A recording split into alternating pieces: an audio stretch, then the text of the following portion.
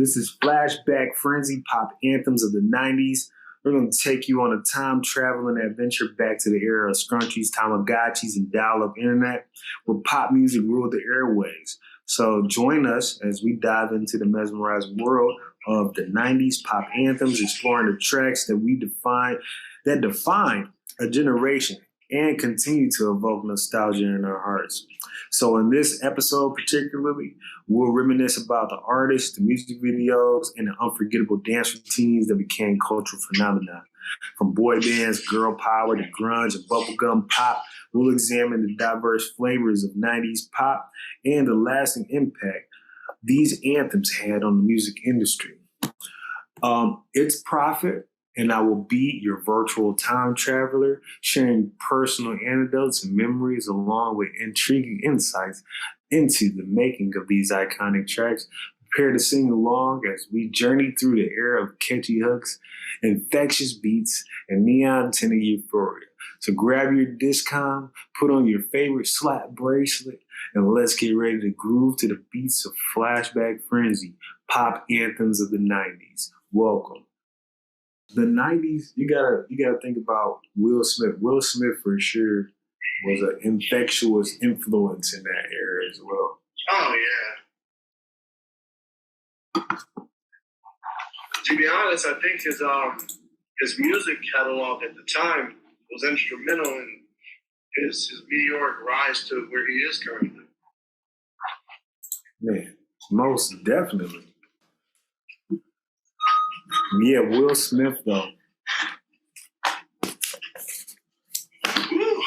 All I can say, man, is every time you get an opportunity, reach out to your loved ones and say, tell them how much you appreciate them, tell them you love me, tell them you love them, so on and so forth. Driving down the Telegraph in Bloomfield right now, and there is an Escalade flipped over next to a BMW on its side, and what appears to be a Hyundai SUV with the front end smashed in. Wow. Please drive safe. Please drive safe. And on that note, to also bring back into the 90s of what we're doing right now as far as our podcast, it is summertime.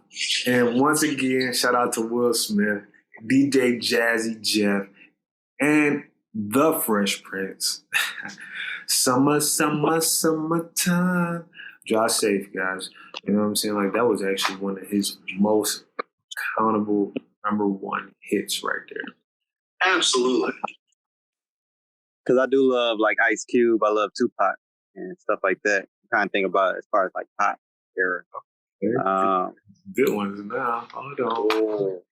LL Cool J was in there. Oh, for sure. He's like more like late 80s. Ooh, dang. Summertime, that's Will Smith and Jazzy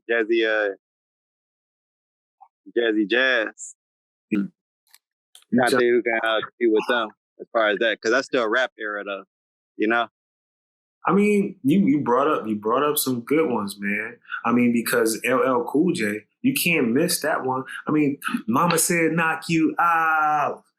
Right. Like, you cannot defeat that one. I'm sorry, man. Or even going back to Cali, like what? Yeah, LL Cool J got some hits, man. Or even for sure doing it. Yeah, I don't think LL Cool J get the recognition that he deserves. Yeah, especially like as of lately. Yeah, he's definitely a pioneer.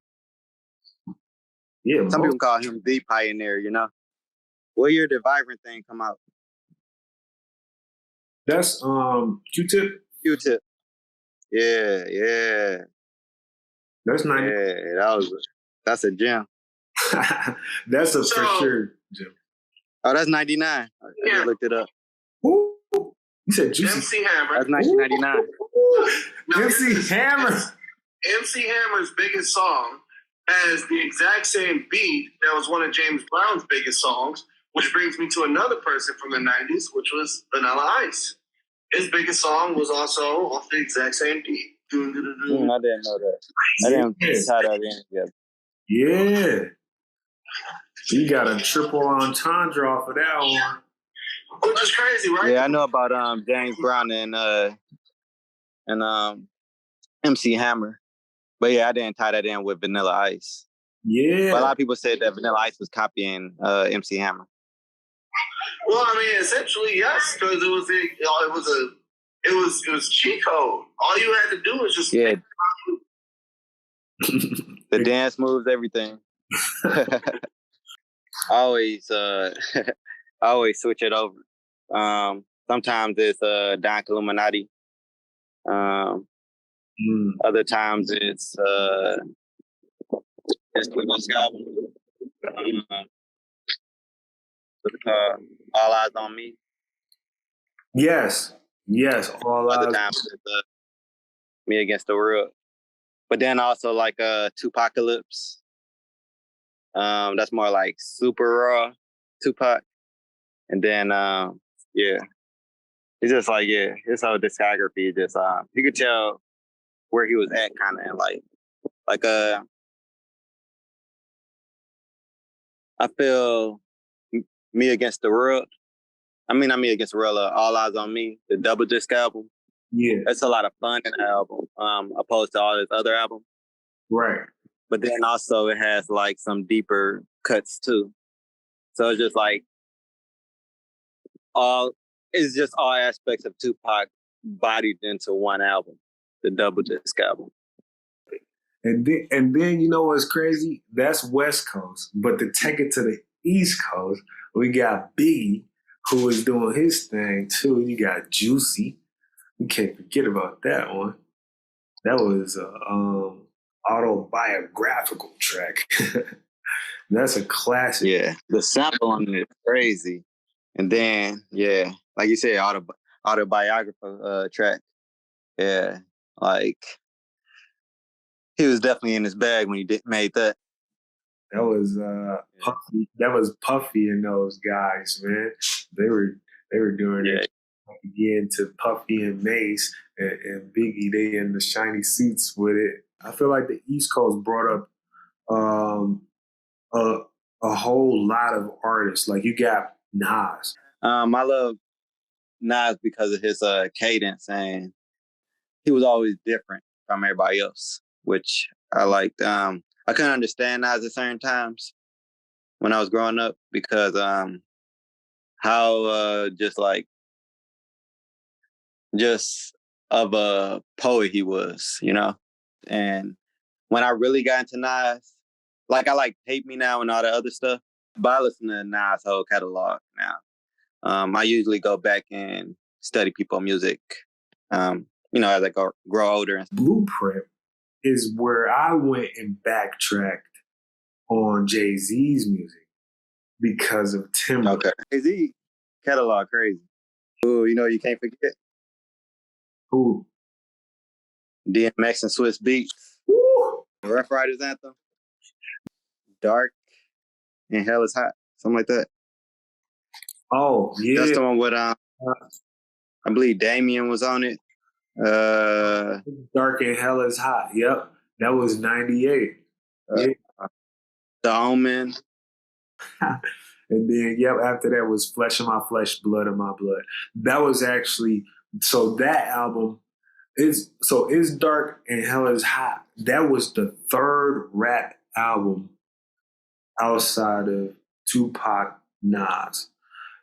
DMX, Flesh of My Flesh, Blood of My Blood was the third album that came. I mean, it was Flesh of My Flesh, Blood of My Blood, because the song that caught my attention was Slippin'.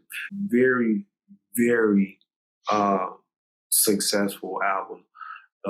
For sure. That was like the late 90s, for sure. We were rolling into the 2000s then. I think that album came out in 98 also. He back to back with It's Dark and Hell is Hot, and then Flesh of My Flesh, Blood of My Blood. And then after that, before we got into the 2000s, and then there was X, like that. It just started to transition. And then we still got a very iconic pop artist from the 90s who is still today making very unique moves and actually just got backslapped. I don't think it was intentional, but still, yeah, that was wild. Wimban Yamas, security guard, slapped Britney Spears. Yeah, that was wild. For sure, unintentionally. One more time for the 90s hit. Man, what? You know what's funny, man? Like, because like we kind of we backtracking at this point. But purple, I mean not purple rain, but because like that was a cool, but diamonds and pearls. That's not even 90s though. But yeah, you said backtrack it though. No, that's 91. Diamonds and Pearls came out in 91. Oh, okay. Yeah. Diamonds and Pearls. A song by Prince and the New Generation. Released in 91. Very successful single in the 90s. Prince was a very significant person moving into that era of a very romantic ballad with soulful R&B inspired sound, but then like came with that rock as well. And I was like, for sure, be epic, man. But you know, we're still here celebrating the pop anthems of the 90s, and we're going to take you on a time traveling adventure back to the era of scrunchies, Tamagotchis, and dial up internet, where pop music ruled the airwaves. And I would like for you to join us as we dive into the mesmerizing world of 90s pop anthems, exploring the tracks that define and generation and continue to evoke nostalgia in our hearts. In this episode, we'll reminisce about the artists, the music videos, and the unforgettable dance routines, MC Hammer, that became cultural phenomena from boy bands to girl power to grunge and bubblegum pop. We'll examine the diverse flavors of 90s pop and lasting impact these anthems had on the music industry. It's Prafit, and I will be your virtual time traveler sharing personal anecdotes and memories, along with intriguing insights into the making of these iconic tracks. Prepare to sing along, doing as we journey through the era of catchy hooks, infectious beats, and neon-tinted euphoria.